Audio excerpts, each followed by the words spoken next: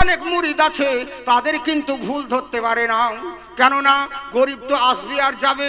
একটা বড় লোক যদি হাতছাড়া হয়ে যায় আমার মাল কামা বন্ধ হয়ে যাবে, এরকম অনেক আছে। হ্যাঁ, বহুত এরকম জায়গা রয়েছে।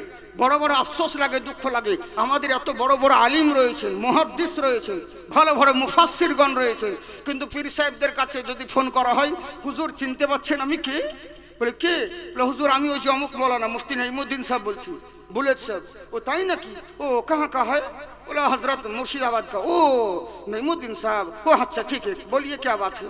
बोले नहीं हजरत आपसे बात करना चाहता हूँ। बस পরিচয় দিতে হচ্ছে, তবে পীর সাহেব চিনছে, তাও আন্দাজে। আর সুদখোর মদখোর জুম্মার নামাজ পর্যন্ত পড়ে না, সালা ঈদেরও নামাজ যায় না, আর তার ফোন যখন পীর সাহেবকে ফোন করা মাত্র নাম সেভ করাচ্ছে। হ্যাঁ বলিয়ে বিলাল ভাই কে সে ঘর में सब ठीक ठाक है। তার মানে বুঝতে পারলেন এসব ধান্দাবাজ বান, বুঝলেন? এরকম হচ্ছে ব্যাপার। কিন্তু কেমন মুফতি আজম হিন্দ চিন্তা করুন, কেমন জিনিস, সামান্য জিনিসের জন্য কতটা পরেশগার মুত্তাকিন ছিলেন। আমরা কত পানি নষ্ট করি, ওযু করার পরে পানি ফেলে দিই, গোসল করার পরে পানি কত নষ্ট করি, অপচয় করি। কিন্তু বলা হয়েছে হাদিস শরীফের মধ্যে, বিনা কারণে অপ্রয়োজনীয় যদি পানি নষ্ট করতে থাকো এটা হারাম আছে, এর জন্য আল্লাহর দরবারে তোমাকে জবাব দিতে হবে। এবার করলো কি, ওই শেখের বাড়ি যাবে, যেতে আছে এখনো সময় তার নল থেকে টিপ টিপ টিপ টিপ করে পানি পড়তে আছে।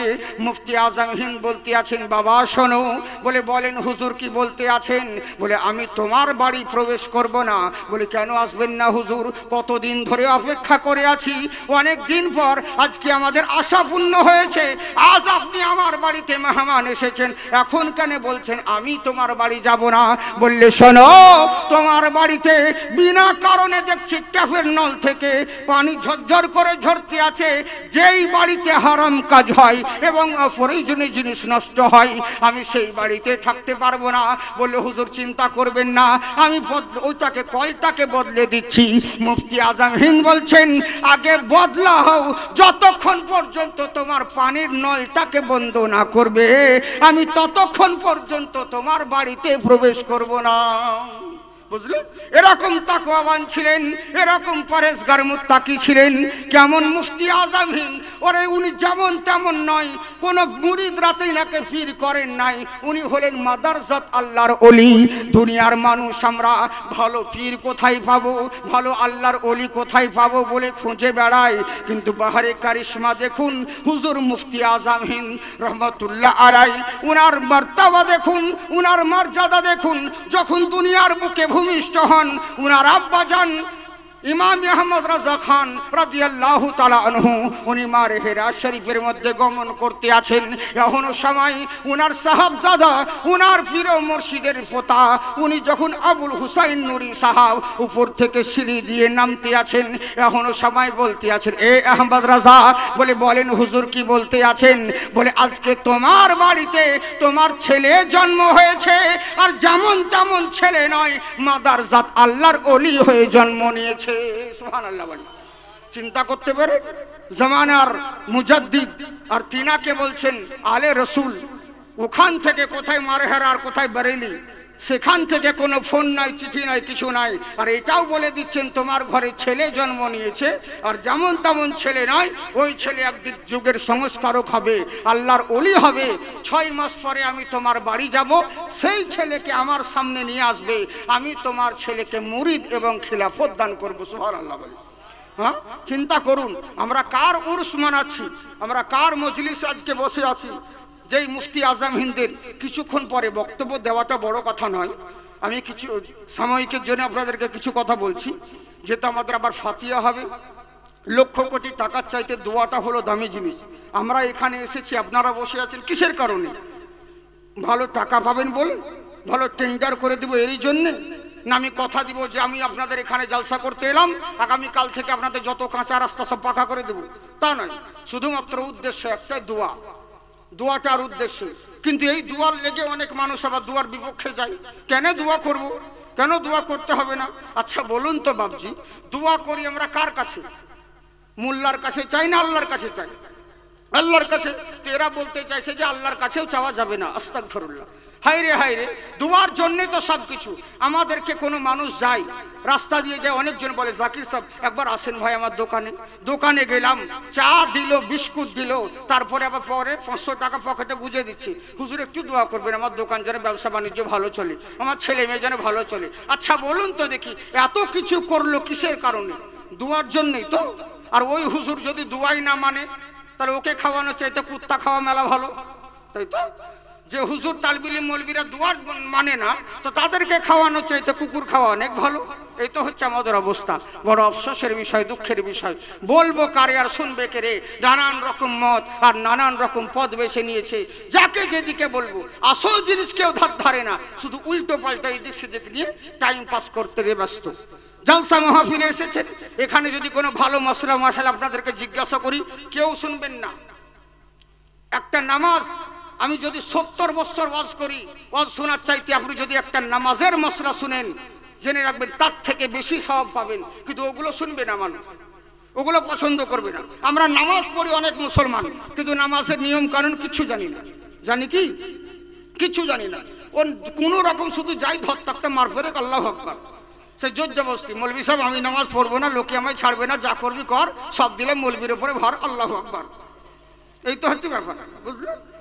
আমরা এরকম শুধু ধরতক্তা মার ফেলি, কতক্ষণে শুধু যাব আর কতক্ষণে মসজিদ থেকে বের হব, এটাই তো হচ্ছে আমাদের অবস্থা। আর নামাজের মধ্যে কত কোয়ালিটি, কেউ এখানে হাত বাঁধা মশলা, কেউ এখানে হাত বাঁধা মশলা, নানান ঝুনা নানান রকম। পাবলিক বিভ্রান্তে পড়ে গেছে। এক মৌলবি বলছে বুকে হাত বাঁধো, একজনা বলছে নিচে বাঁধো, মানবো টাকার, তার মানে নামাজই পড়বো না। এরকম অনেক হয়।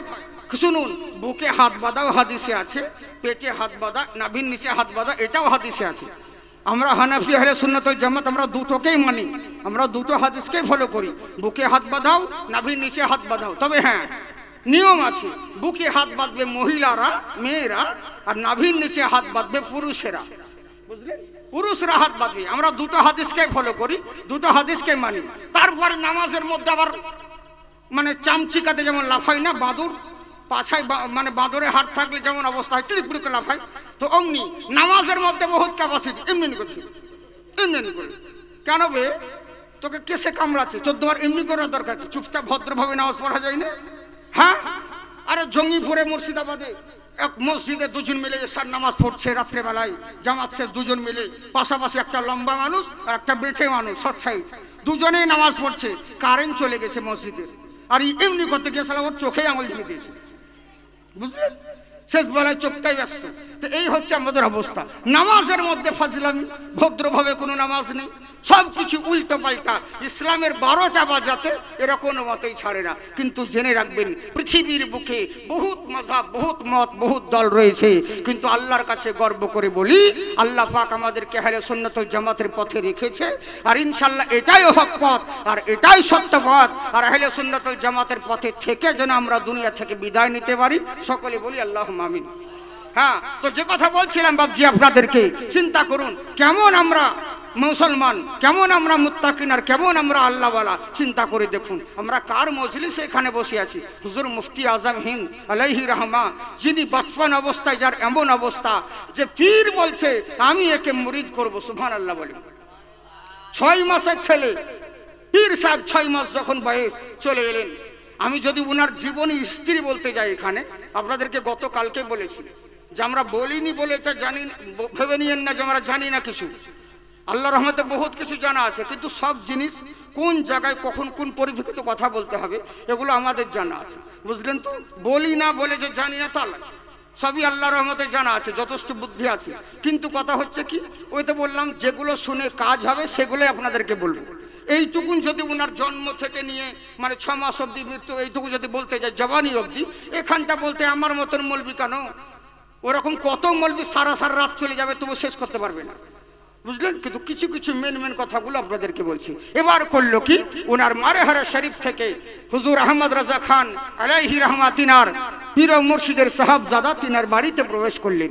6 মাসের বাচ্চা হুজুর মুফতি আজম হিন্দকে এবার বলতে আছেন, ইমাম আহমদ রাজা রাদিয়াল্লাহু তাআলা আনহুকে বলতে আছেন, এই আহমদ রাজা মাওলানা শোনো, তোমার ছেলেকে আমার কোলে দাও। তিনার ছেলেকে 6 মাসের সন্তান যেমন কোলে নেওয়া হলো, কপাল মুবারকে চুম্বন দিতে লাগলেন, বসা দিতে লাগলেন, নিজের আঙুল মুবারকটা তিনার মুখে প্রবেশ করলেন, মুখে ঢুকালেন, মুখে যেমন দেওয়া আর চুষতে আরম্ভ করলো, এমন চোষণ চষলো যে কিয়ামত অবধি আজকে যত রকম শুধু মুফতি আজম হিন্দ আলাইহি রহমা, আজকে যত আহলে সুন্নাতুল জামাতের উলমায়ে কিরামগণ আছেন, তিনাদেরকে মান্যকারী আছেন, সবাই এমন ফায়েজ পেল, এমন ফায়েজ পেয়েছেন।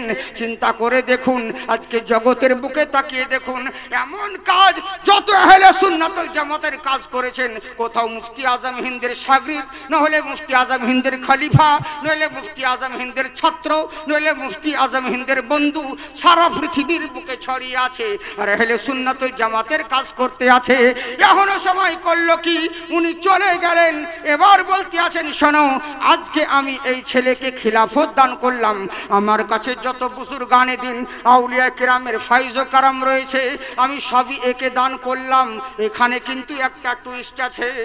6 মাসের বাচ্চা, কেন তাকে খিলাফত দিব? বড় হয়ে তো খারাপ হতে পারে, তাই তো? বড় হয়ে তো কি হবে তার কোনো গ্যারান্টি নেই, এদিকেও ঘুরতে হবে। হ্যাঁ, এটাও ঠিক। স্টেজ যে আপনারা এমন করেছেন, বিশাল ব্যাপার। হ্যাঁ হ্যাঁ, মানে স্টেজ হয়ে গেছে তেলেঙ্গানার মতো। মানে এদিকে বেঙ্গালুরু, এদিকে মানে কর্ণাটকা, কেরালা, মাঝখানে পড়ে গেছে তেলেঙ্গানা। এই হচ্ছে সমস্যা। মাঝখানে চারিদিকে বিজেপি, আর মাঝখানে আসাদুদ্দিন ওয়াইসি, নিয়ে গন্ডগোল। কিন্তু শের বলতে হবে, ওরকম মুসলিম যদি আর 4-5টা থাকতো, পৃথিবীর বুকে কোনো বাপের ক্ষমতা ছিল না যে মুসলমানের উপর আঙুল তুলে কথা বলা, বুঝলেন? কিন্তু কাকে বলবো, আমরাই তো এর জন্য দোষী। লোকে বলছে হুজুর আমাদের কঠিন বিপদ, কিন্তু এই বিপদটা আমরা নয়। আজকে মুসলমানের উপর যদি বিপদ এসছে, তো এর জন্য দায়ী কে বলেন তো? কোনো নেতাকে দায়ী দিলে হবে না, এর জন্য দায়ী হলাম আমরাই। মন দিয়ে শুনবেন, আজকে দেশের যে পরিস্থিতি, এর জন্য দায়ী কোনো মোদিকে দোষ দিলে হবে না, কোনো নেতাকে দোষ দিবেন না, এর জন্য দায়ী হলাম আমরাই। কেন বলুন তো? রাস্তার ধারে আপনাদের এই গ্রামটার নাম কি? ফিরোজপুর বালুগ্রাম নাকি একটা নাম শুনছিলাম। আচ্ছা হ্যাঁ, তাই ফিরোজপুর গ্রামে রাস্তার ধারে যেতে বাইরে ধরুন, হ্যাঁ, এই সুলতানগঞ্জ থেকে ফিরোজপুর লাইনে রাস্তার ধারে একটা বিশাল বড় জামের গাছ। জাম গাছ থেকে ফিরোজপুরের লোক ভাবলো, আমাদের আতিকুল সাহেবরা আরো সবাই ভাবছে কি, এত বড় জামের গাছ, এক কাজ করি, কেউ জাম গাছে উঠবে রে, কেউ যদি উঠতে পারতো আর আমাদেরকে জাম পেড়ে দিত, কতই না ভালো হতো, জাম পেড়ে আমরা খেতাম। মনে মনে চিন্তা করছে, এখনো সময় একটা মৌলবি সাহেব চলে এসছে, ইমাম সাহেব। বলে, ভাই আমি তো ইমাম মানুষ, আমাকে গাছে উঠাও, আমি গাছে উঠে তোমাদের জন্য জাম পেড়ে এনে দেবো, তোমরা সবাই মিলে, তুমি সবাই মিলে ভাগ করে খাবো। তো সাইড থেকে ফতোয়া দিয়েছে মৌলবীর গাছে উঠা জায়েজ নয়, বুঝলেন? মৌলবীর গাছে উঠা জায়েজ নয়, ফতোয়া দিয়ে দিল সাইড থেকে। এবার একটা হুমড়া চুমড়া মানুষ এসে বলছে, ভাই আমি হলাম মেম্বার, আমাকে উঠাও গাছের মধ্যে, আমি সমাজের সেবা করি, হ্যাঁ, আমি তোমাদের ভোট নিই, আমাকে গাছে উঠাও, তোমাদেরকে গাছের জাম পেড়ে এনে আমিও খাবো, তোমরা সবাই মিলে ভাগ করে খাবো। সবাই বলছে, ভাই তুমি যোগ্য মানুষ আছো, উঠো।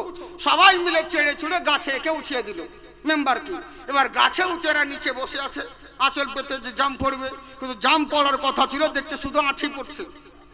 ও জাম খাচ্ছে আর আঁঠিগুলোকে নিচে ফেলে ফেলে দিচ্ছে। বুঝে কি ব্যাপার রে? কথা হয়েছিল জাম পেড়ে আনবে আর আমরা সবাই মিলে খাবো, কিন্তু এই তো দেখছি মাল একাই খেয়ে নিচ্ছে, আমাদেরকে আঁঠি দিচ্ছে। তখন এবার দোয়া করছে, আল্লাহ একে গাছ থেকে নামিয়ে দাও, গাছ থেকে নামিয়ে দাও। কেন বে? তোরাই তো উঠালি, হ্যাঁ, তোরাই তো উঠালি চেড়ে চুড়ে, এখন কেন বলছে আল্লাহ গাছ থেকে নামিয়ে দাও? মুসলমানের বিপদ যত হচ্ছে, এর জন্য কোনো নেতা দায়ী নয়, এর জন্য দায়ী হলো মুসলমান আমরা। ভাই চিন্তা করে দেখুন আমরা কেমন মুসলমান, এর জন্য দায়ী হলাম আমরা। তাই এবার কথা বলতে আছে কি, অনেক মানুষ ছোটবেলায় থাকে কিন্তু বড় হয়ে তো খারাপ হয়ে যায়। ছোটবেলায় কত সুন্দর ছেলে, কিন্তু বড় হয়ে ডাকাত হয়ে যায়, চোর হয়, লম্পট হয়। এখনো সময় কি করা যাবে, কার ভাগ্যে কি আছে কেউ বলতে পারবে না। তাই চিন্তা করুন, আরে 6 মাসের ছেলে মুফতি আজম হিন্দ, এখন যদি তিনাকে খিলাফত দেওয়া হয় বড় হয়ে কি হবে এর তো কোনো গ্যারেন্টি নাই। কিন্তু চিন্তা করে দেখুন, মারে হেরার আলে রসুল বলতে আছেন, শোনো এ মাদারজাত ওলি, এমন একজন আল্লাহর ওলি হবে, ইসলামের বুকে দুনিয়ার বুকে থেকে ইসলামের বহু কাজ করবে, দিনের খিদমতের জন্য আল্লাহ তাকে পৃথিবীর বুকে প্রেরণ করেছে। এ কোনোদিন বেরোজগারি হবে না, দুনিয়ার বুকে যতদিন থাকবে আল্লাহর ওলি হয়ে থাকবে এবং ইসলাম ধর্মের খিদমত করতে থাকবে। একটা কথা চিন্তা করুন, ওরে আলে রসুলের গায়েব যদি এরকম হতে পারে, না জানি মদিনাওয়ালা রসুলের গায়েব কত ক্ষমতা হতে পারে, তিনার পাওয়ার কেমন হতে পারে। এই হচ্ছে ব্যাপার। হযরতে মুফতি আজম হিন্দ তিনি 13 বছরে মুফতি হয়ে গেছিলেন। সুবহানাল্লাহ বলেন, 13 বছরে মুফতি হয়ে গেছিলেন। হ্যাঁ, মা বোন আছে তো এখানে, মা বোন আছে কিছু কিছু, আসলে বুঝতে পারা যায় না, এক জায়গায় বেটা ছেলে মেয়ে ছেলে সব গোলমাল হয়ে যেত, ওই জন্য এরকম হয়ে গেছে। আর বাস্তব আপনাদেরকে একটা কথা বলি, আমাদের কিন্তু এরকম অভ্যাস নেই। কেন বলুন তো, সামনে দেওয়াল আছে, আমি কি বলবো বলেন তো, বলেন সুবহানাল্লাহ, ইদিয়াল কি বলবো, এইভাবে আপনাদের স্টেজ এমন হয়ে আছে যে মানে কিছুই বলা যায় না, মানে ডান দিকে দেখবো না এদিকে দেখবো, আর আমার সামনে দেওয়াল, এই হতো অবস্থা। মানে এমন হাল হয়েছে জানেন, সে আপনাদের আগেকার মানুষ সে বুড়োর মতন, বাপ বুড়ো বুড়ি দুজনেই ঝগড়া, কথা বলে না। তো ছেলেকে বলছে কাজ কর, তোর মাকে বল, কতদিনে ঝগড়া করবে, বয়স হচ্ছে, আজ বাদকাল মরে যাব, পটল তুলে দিব কখন, তো তোর মাকে বল, আর যেন ঝগড়া ঝগড়া না করে, আলাদা না ঘুমায়, বাড়িতে যেন ঘরে ঘুমায়। বলে ঠিক আছে তাই বলবো মা। আব্বা চিন্তা করো না, এই বুড়াই এশার নামাজ পড়তে গেছে মসজিদ, এই মসজিদ থেকে এসে দেখছে শীতের দিন তো ওর ঘরে কিন্তু ল্যাপটা উঁচু উঁচু হয়ে আছে, এই দেখছে বুড়ির বিছানায় বুড়ি নাই, তাহলে নিশ্চয়ই ছেলে আমার ওর মাকে কথা বলেছে, ওষুধ কাজ লেগেছে, এবার হয়তো বুড়ি মনে ঘুমোতে এসছে ঘরে। ই বুঝেছে সে বিশাল জড়িয়ে ধরে মানে ল্যাপের উপরেই কথা বলছে, দেখো দিনই ভালো, কতদিন ধরে আমরা সংসার করলাম, ছেলে মেয়ে বড় হলো, বিয়ে দিলাম, নাতি নাতনি হলো, এখন কি আর আমাদের ঝগড়া মানায়, এখন আদর করব, যত্ন করব, কদিন বা দুনিয়ায় থাকবো বলো, আমি তোমার সেবা করব, তুমি আমার সেবা করবে, এমনি করে কি ঝগড়া করলে হয়? এইভাবে কথা বলতেই আছে সারা রাত ধরে। তো দেখছে বুড়ি কিছু বলে না, বলে হা কথা তো আমি একাই বলে যাচ্ছি, তুমি কিছু বলো দেখি, এত রাগ করলে হয়? বলে যেমনই চেপে ধরেছে সালা লেপের তল থেকে কুকুর বেরিয়ে চলে গেল, কুকুর বেরো চলে গেল। যে যাব বাবা, বাইরে এসে দেখছে বুড়ি ওর জায়গায়, যে সারা রাত আমার সে কুকুরের সাথে বকা হলো, বুঝলেন তো। শ্রোতা দাহিনে বাইরে, সামনে দেখলাম আমার সামনে দিয়াল, কার সামনে বকবো, এদিকে তো ভিডিও চলছে ওয়াজ, কিন্তু সামনে যদি কেউ এরা ভিডিও করে বলে জাকির কার সামনে বকছে, ও তো সামনে শুধু দিয়াল, শ্রোতার তো কোনো খবর নাই। আন্দাজে এরকম অনেক জায়গায় হচ্ছে, বুঝলেন তো। সরষের জমিতে মোবাইল টাঙিয়ে দিয়ে ভিডিও করছে, মিলাদ করছে, জালসা নেটে ছেড়ে দিচ্ছে, পাবলিক করছে, দারুণ বক্তা তো ফাটিয়ে দিচ্ছে, তো এই তো হচ্ছে অবস্থা। কিন্তু দেখছে না যে ওটা জালসায় ওয়াজ করে না, সরষের হয়ে মিলাদ করে ছেড়েছে, এই তো হচ্ছে অবস্থা আমাদের। তো যাকে আল্লাহ আমাদেরকে সকলকে হেদায়েত করুক বাবজি। কিন্তু এরপরে যখন স্টেজ করবেন এরকম ভাবে করিয়েন না, হয় ওই মাথায় করবেন নাহলে এই মাথায় করবেন, বুঝলেন। তাহলে একটা কি বক্তার সামনে শ্রোতা থাকলে পরে ভালো লাগে, কিন্তু উল্টো পাল্টা হচ্ছে। আমার এমনিতে তো পিঠে ওই অভ্যাস করা ইঞ্জেকশন দিয়েছে আমার অপারেশনের সময়, তো আমি এদিক ওদিক তাকাতে গেলে তো আমার ছেলে 12টা বেরিয়ে যাবে, বুঝলেন তো। যাই হোক, কথা হচ্ছে কি, আল্লাহ আমাদের সকলকে হেদায়েত করুক, বলুন আল্লাহুম্মা আমিন। একবার হাত উঠিয়ে বলেন আল্লাহু আকবার, সবাই মিলে 2 হাত তুলে বলেন ইয়া রাসূলুল্লাহ। মাশাআল্লাহ, জিন্দাবাদ থাকুন, আল্লাহ আপনাদেরকে আবাদ রাখুক। এই লেগেই তো বলে अकीदत नहीं है तो कुछ भी नहीं है, मोहब्बत नहीं है तो कुछ भी नहीं है। पैसा तो नहीं दीजिएगा, कम से कम सुभान अल्लाह तो बोलिएगा। हाथ उठा कर बोलो या रसूल अल्लाह। अकीदत नहीं है तो कुछ भी नहीं है, मोहब्बत नहीं है तो कुछ भी नहीं है। लुआबे दहन अपना कान डाला तो सहाबा सिकम सैर हो करके खाया। सुभान अल्लाह बोलें। लुआबे दहन अपना कान डाला तो सहाबा सिकम सैर हो करके खाया।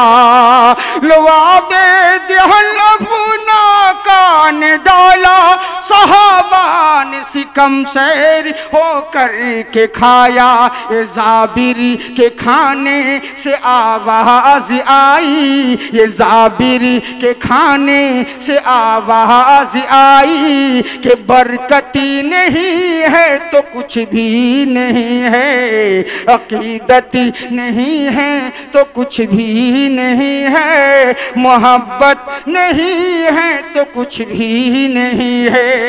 তাই আমার কেমন মোহাব্বত ও মুফতি আজম হিন্দ রাদিয়াল্লাহু তাআলা আনহু করল থাকি। এখন সময় যখন আস্তে আস্তে বড় হয়ে গেলেন, জওয়ানির সময় হয়ে গেল, রামপুর থেকে কিছু লোক এসেছে হুজুরের কাছে মুরিদ হব বলে। রামপুর নিবাসী সকল মিলে এসেছে হুজুরের কাছে মুরিদ হব বলে, বায়াত হব বলে। মুফতি আজম হিন্দ আলাইহি রহমা তিনি বলতে আছেন, শোনো তোমরা মুরিদ হবে বলে। হ্যাঁ হুজুর, অনেক পরিশ্রম করে অনেক কষ্ট করে এসেছি আমরা আপনার হস্ত মুবারকে হাত রেখে মুরিদ হব বলে। আমার মুফতি আজম হিন্দ আলাইহি রহমা তিনি বলতে আছেন, শোনো তোমরা যে মুরিদ হবে ওযু করো, ওযু করে হাঁটু গেড়ে আত্তাহিয়াত যেইভাবে বসে ওইভাবে বসে পড়ো। সবাই বসে বললেন, একজনকে সামনে ডাকলেন, ডাকার পরে বলতে আছে, বাবা আমার হাতে হাতটা দাও। যেমন হাতে হাত রাখা, বলছে শোনো তুমি হাতে হাত রেখে বলো, আজ থেকে মিথ্যে কথা বলবো না।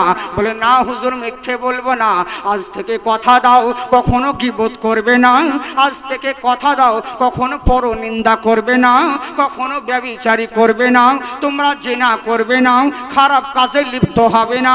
বলে হ্যাঁ হুজুর কথা দিলাম, আজ থেকে মিথ্যে কথা বলবো না, গীবত করব না, বিনোহিত করব না, ব্যভিচারী করব না।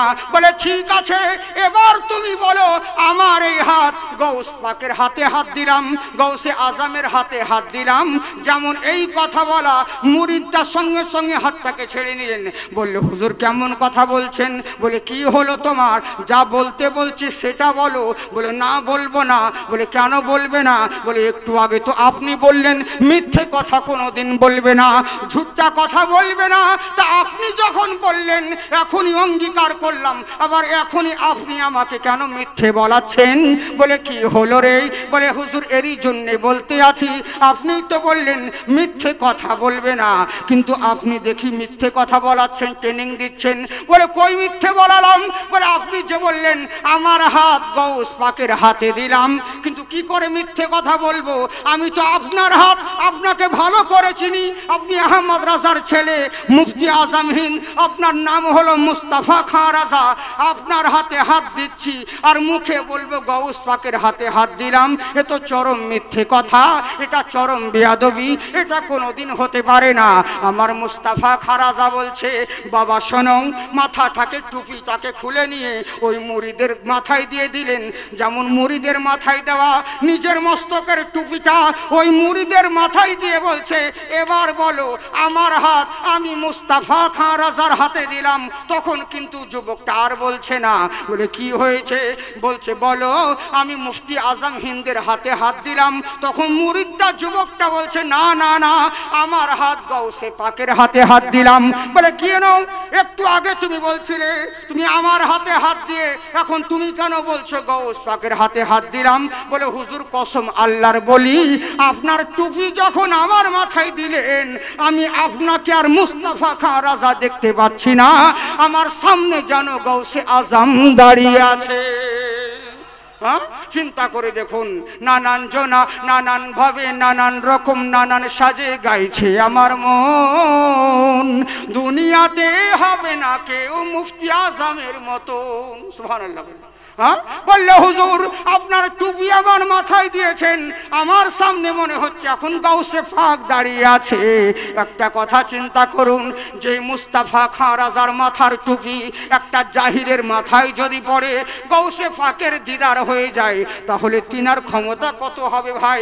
এখনো আল্লাহওয়ালা ব্যক্তি, এখনো বুজুর্গানে দিন মুফতি আজম হিন্দ আলাইহি রহমা, দিন আসে রাত যায়, রাত আসে দিন যায়, এইভাবে দিনের পর দিন ফতোয়া লিখতে থাকে, দিনের খিদমত করতে থাকে, লেকচার দিতে থাকে, সারা জিন্দেগি ইসলামের চর্চা করতে থাকে।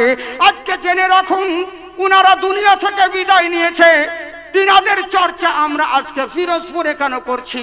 কি প্রয়োজন উনাদের চর্চা করার, উনাদের জিকির করার আমাদের কি প্রয়োজন আছে? এখানে বোঝা গেল এরই জন্যে জিকির করছি। উনারা সারা জিন্দেগি আল্লাহ রসুলের জিকির করে গেছে, এরই দেখি আমরা তিনাদের জিকির করছি।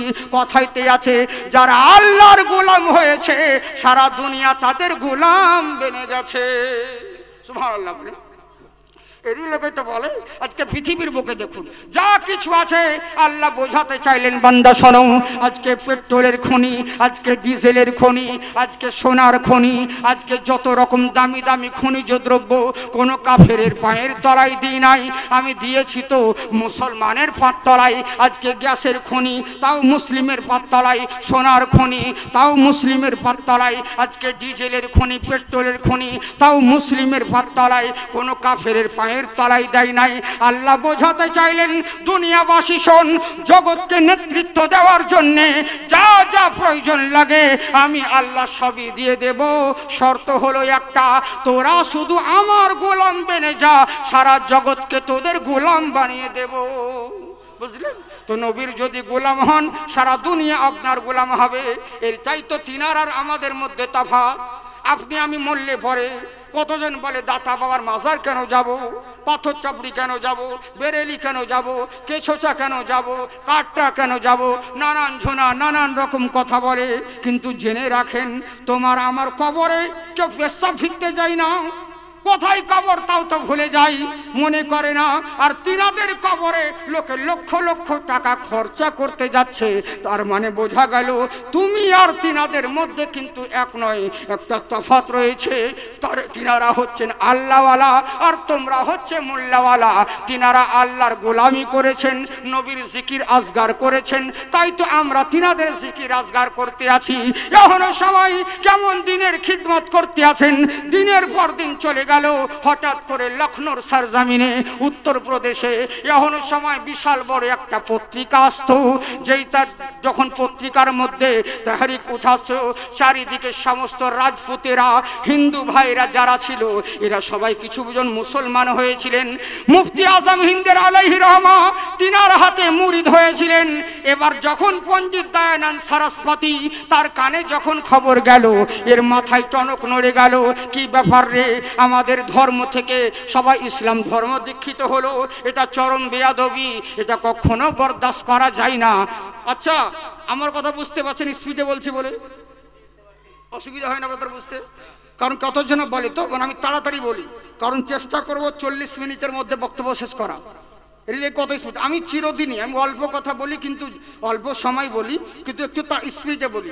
আমি বক্তব্য শুরু করে দেখেছেন সালাম দেওয়া মাত্র কিন্তু আমি শুরু হয়ে যায়, ওই ইটা সেটা নয়।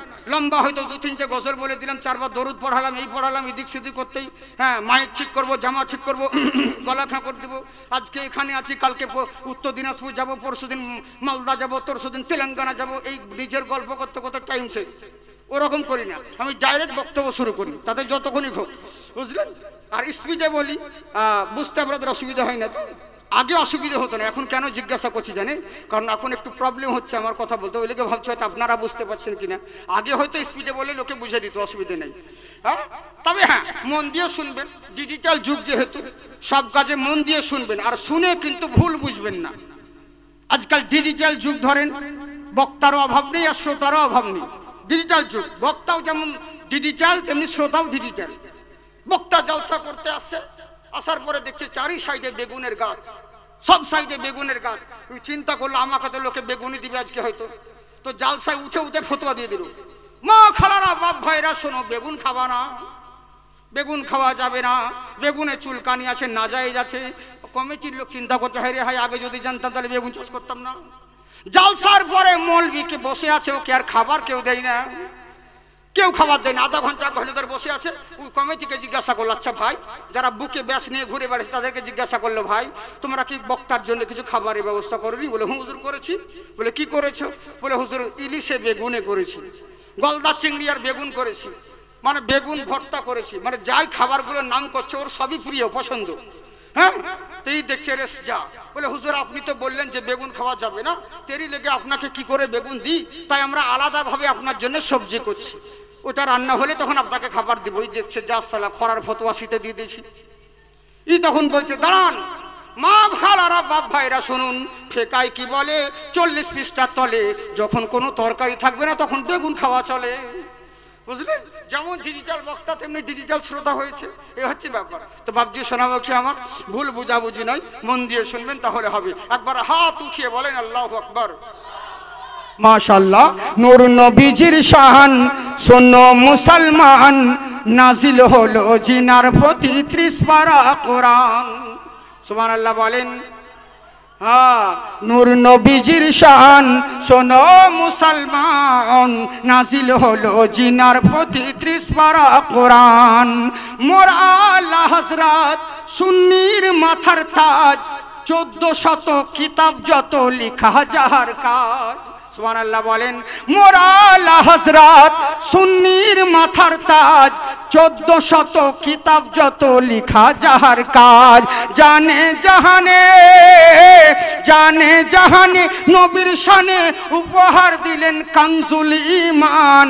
নূর নবীজির শান শোনো মুসলমান, নাজিল হলো জিনার প্রতি 30 পারা কোরআন। সুবহানাল্লাহ বলেন। হ্যাঁ, এখন আলা হযরত আমাদেরকে উপহার দিয়েছেন, উপহার দিয়েছেন আলা হযরত আমাদেরকে। মুফতি আজম হিন্দ আলাইহি রাহমা এরকম একজন আল্লাহর ওলি উপহার দিয়েছেন। জগৎ বিখ্যাত কোরআন যেমন নির্ভুল, তেমনি কানজুল ঈমান একজন তাফসির রয়েছে একটা, যেটাও হচ্ছে নির্ভুল। আমাদেরকে জগৎকে উপহার দিয়েছেন দিনের খিদমতের জন্য। উপহারের কথা যখন এলো, উপহার যেই জিনিসটা দেওয়া যায় সেটা কিন্তু নেওয়া যায় যাচ্ছে।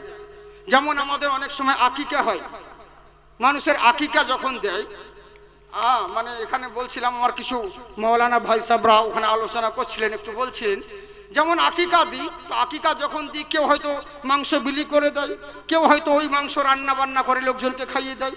এবার হলো তাকে অনেক মানুষ ওই আকিকাতে যায়, যখন কেউ লুঙ্গি নিয়ে যায়, কেউ কাপড় দেয়, কেউ পয়সা দেয়, নানান ঝোনা নানান রকম জিনিস নিয়ে যায়। এগুলো কি জায়েজ হবে? শুনুন, উদ্দেশ্য হচ্ছে আল্লাহর রাস্তায় বিলি করে দেওয়া, মানুষকে দিচ্ছে, কিন্তু এটা শর্ত যেন না থাকে, আর এই নিয়ত যেন না থাকে যে আমি এই জিনিসটা দিচ্ছি তোমরা কিছু দিও, বা লোকে আমাকে এই জিনিস উপহার দিবে। আর যদি ছেলের নামে আকিকা দিই, একটা গরু মানে হালাল করে লোককে খাওয়াই, তাহলে হয়তো অনেক মানুষ উপহার দিবে আমাকে, সেগুলো তো আমার কাজ হয়ে যাবে।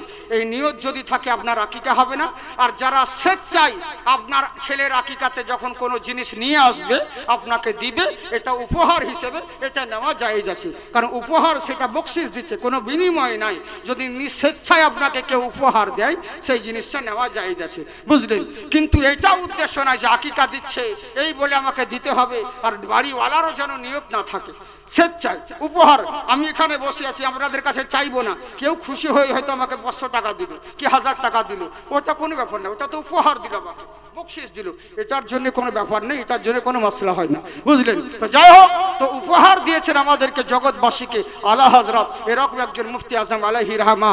এখনো সময় করলো কি, তিনার হাতে অনেক মুসলমান হয়েছে, অনেক হিন্দু ছেড়ে দেব। হ্যাঁ, বাহ, জি, কারা কারা শুনবেন হাত উঠান। জি জি, হ্যাঁ, এবার শুনেছেন, মাশাআল্লাহ। আপনারা খুব ভালো মানুষ গো, আল্লাহ আপনাদেরকে আবাদ রাখুক। সোনামুখী আমার, হ্যাঁ, আমার মা বোনেরাও এখানে অনেক আছে, আল্লাহ মা বোনদেরকে হেদায়েত করুক। আমি কালকেও মা বোনদের বিরুদ্ধে কোনো ওয়াজ করিনি, আজকেও করব না। কেন বলেন তো? মা বোনদের ব্যাপারে কোনো খারাপ কথা না বলাই উচিত, মেয়েদের ব্যাপারে কোনো খারাপ কথা বলতে নেই। কেন বলতে নেই? কারণ আমি একটা দিন আপনাদের এখানে জালসা করতে এসে মেয়েদের বদনাম করে মেয়েদের বিরুদ্ধে কথা বলে লাভ নেই। হক কথা বলবো, কিন্তু ওদের দুঃখ হবে, কিন্তু আমি তো বলে চলে যাব, কিন্তু বিপদে পড়বে আপনার মসজিদের ইমামগুলো, মাদ্রাসার শিক্ষক, তারা বিপদে পড়বে। কেন বলুন তো? কারণ যখন আপনার বাড়িতে পালি পড়ে মৌলবীর, তখন কিন্তু আপনারা দেন না, ওই রান্না বান্না খাবার দেয় মেয়েরাই। যদি ভাতের তলে বীজ ভরে দেয় তো মৌলবীর জালসা করা যাবে না, একদম জানাজা পড়তে হয় ভাই। এরই লেগে বলছি মা বোন, তোমাদের বিরুদ্ধে কথা বলবো না, তোমরা ভালো, হ্যাঁ। আর যদি এক একটা কথা চলে আসে দুঃখ করিও না, ও তো আমাদের দিকের মেয়েদের কথা বলছি। তবে একটা অনুরোধ করব, তোমরা দয়া করে পর্দাটা করিও, পর্দাটা করো, কারণ দুনিয়ার বুকে তোমরা রয়েছো, এই যে জালসা শুনছো সব করছো, কিন্তু পর্দা করো, শুধু মৌলবীর সামনে নয়, সব জায়গাতেই পর্দা করো। পর্দা করলে তোমাদের ভালাই আছে, এতে আমাদের কোনো ভালাই নেই, আমাদের কোনো ক্ষতি নেই, তোমাদের ক্ষতি হবে, তোমাদের ভালাই হবে, এটা জেনে রাখিও। পর্দা করতে শিখো, শুধু মৌলবীকে দেখে নাই, রাস্তার ধারে গোসল করছে, রাস্তার ধারে টিউবওয়েলে গোসল করছে, বুঝলেন? টিউবওয়েলে পানি টিপছে, গোসল করছে, আর মেয়েকে দাঁড় করিয়ে দিয়েছে। বললে কেউ এলে পরে বলবি। হ্যাঁ, বলে ঠিক আছে।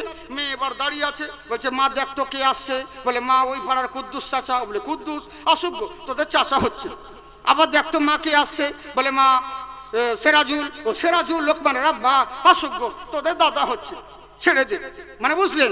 এরপরে দেখতো মা কে আসছে, যেমন বলেছে মা মৌলবি সাহেব আসছে, ইমাম সাহেব সঙ্গে সঙ্গে কাপড় কেমন করে ঢাকছে। কেন, মৌলবিকে তার ভাসুর হয় না শ্বশুর হয়? দেশের লোককে উদাম করে দেখাবা আর মৌলবির সামনে পর্দা করবা, ওকে পর্দা বলে না, জর্দা বলে। তাই বলছি পর্দা সব সময় করো, পর্দা করলে তোমাদের ভালাই হবে সোনামুখী মা বোন কলজার টুকরা আমরা। কারণ তোমরা যদি না শিখো, তোমাদের পেটের ছেলে আমরা শিখতে পারবো না। সোনামুখী মা বোনেরা, আল্লাহ তোমাদেরকে তৌফিক দাও, বলুন আল্লাহ আমিন। এবার করলো কি, কেমন মায়ের সন্তান চিন্তা করুন। ওই মুফতি আজম হিন্দ আলাইহি রহমা অনেক মুসলমান করেছিলেন। যখন পণ্ডিত দয়ানন্দ সরস্বতীর কানে খবর চলে গেল আমাদের পুরনো ধর্ম আজকে ইসলাম ধর্মে দীক্ষিত হয়েছে, কি করা যায়, এদেরকে তো রুখতে হবে, এদেরকে তো থামাতে হবে। তাই একটা তাহরিক নিয়ে এসে চারিদিকে এলান করতে লাগলো, এই তোমরা বাপ দাদার ধর্মকে চুনকালি মেরেছো, চুনকালি মাখাচ্ছ, এতদিন ধরে আমরা দেবদেবীর পূজা করে চলে এলাম, আর আজকে নতুন ধর্ম ইসলাম ধর্ম তোমরা গ্রহণ করছো, এটা কখনোই মানা সম্ভব নয়, এটা কখনোই জায়েজ নয়, কখনোই মেনে নিতে পারবো না। বারবার চারিদিকে এলান করতে লাগলো। এখনো সময় যখন খবর চলে গেল মুফতি আজম হিন্দ আলাইহি রহমার কর্ণ মুবারকে, কর্ণশা শুনতে পেলেন যে এরকম দেশের প্রতি যারা মুসলমান হয়েছে তাদের প্রতি আক্রমণ চলছে, হামলা চলছে। ইনি চারিদিক থেকে সদরুস সারিয়াকে ডেকে, আরো বুজুর্গানে দিনদেরকে ডেকে নিয়ে এসে তিনারা রাস্তা দিয়ে চলতে আছেন, যারাদেরকে মুসলমান করেছেন সকলকে বোঝাতেছিলেন যে এই শোনো, তোমরা কখনো বেদিন হওনি, বরঞ্চ তোমরা বেদিন ছিলে, তোমরা দিনের মধ্যে এসেছো, আল্লাহ তোমাদেরকে তৌফিক দিয়েছে, তাও তোমরা ইসলাম ধর্ম গ্রহণ করেছো, তোমরা কখনো বিপথে যাও নাই। খবরদার কাউরির প্রলোভনে পড়ে দিয়ে নিজের ধর্ম থেকে বিফলে চলে যেও না। সবাইকে বোঝাতে চাইলেন।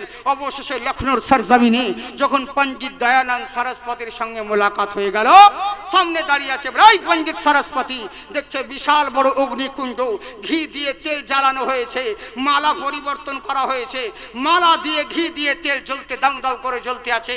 যতজন মুসলমান ছিল যারা কলমা পড়েছিল তারা আবার মুরতাদ হতে লেগেছে, সবাই বসে আছে গোল করে ঘিরে। মুফতি আজম হিন্দ আলাইহি রহমা বলতে আছেন, এই সরো, তোমার সঙ্গে আমার কথা আছে। পণ্ডিত দয়ালাল দীনদয়াল সরস্বতী সে বলতে আছে, আমি তোমার কথা শুনবো না।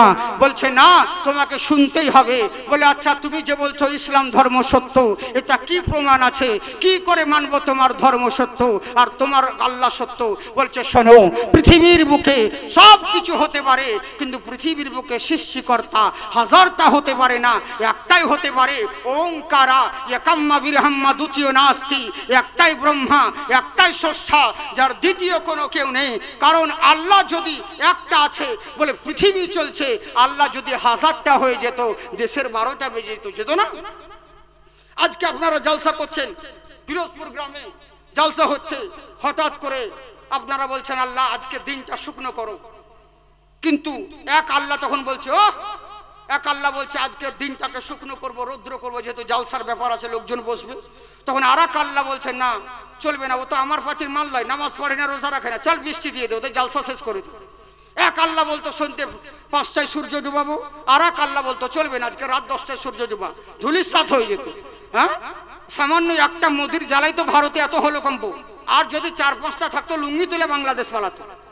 হ্যাঁ, এই তো অবস্থা দেশে। তো পৃথিবীর সৃষ্টিকর্তা যদি হাজারটা হয়ে যায়, দেশের 12টা বেজে যাবে। তাই বলছে শোনো, পৃথিবীর সৃষ্টিকর্তা, তামাম পৃথিবী, সূর্য নির্দিষ্ট টাইমে উঠছে, চন্দ্র নির্দিষ্ট টাইমে অস্তমিত যাচ্ছে, তার মানে বোঝা যাচ্ছে মহান আল্লাহ একজন আছে, একজন, যার দ্বিতীয় কেউ নেই। বলে তাই নাকি? বললে হ্যাঁ। বললে শোনো, আজকে যারা মুসলমান হয়েছে, তুমি এখানে এসেছো তাদের হয়ে ওকালতি করতে, তুমি কি জানো তোমার আল্লাহ জানে না? তুমি কি জানো না যে এক্ষুনি তোমাকে বেইজ্জত হতে হবে? এখনই ভালো বলছি চলে যাও। মুফতি আজম হিন্দ আলাইহি রহমা বলছে শোনো, আমি যদি এখানে বেইজ্জত হই, জানতে হবে এটাও আমার আল্লাহ আমার জন্য ভালাই করেছে। আজ যদি আমি ইজ্জত পাই, তো জানতে হবে এটাও আমার আল্লাহ আমার জন্য ভালাই রেখেছে। সুবহানাল্লাহ, বিশ্বাস করতে হবে। কেন বলুন তো? কোরআনেই তো আছে, কুলিল্লাহুম্মা মালিকাল মুলকি তুতিল মুলকা মান তাশা। হে নবী, আপনি বলে দিন, ওই পরওয়ারদিগার যার দস্তে কুদরতে দোনো জাহান রয়েছেন, কুল কায়নাত রয়েছেন, ওই আল্লাহর হাতে মালিকাল মুলকি তুতিল মুলকা মান তাশা, যিনি যাকে চান তাকে বাদশাহী দান করেন। ওয়া তানজিউল মুলকা মিম্মান তাশা, যাকে চান মুহূর্তের মধ্যে বাদশাহী ছিনিয়ে নেন।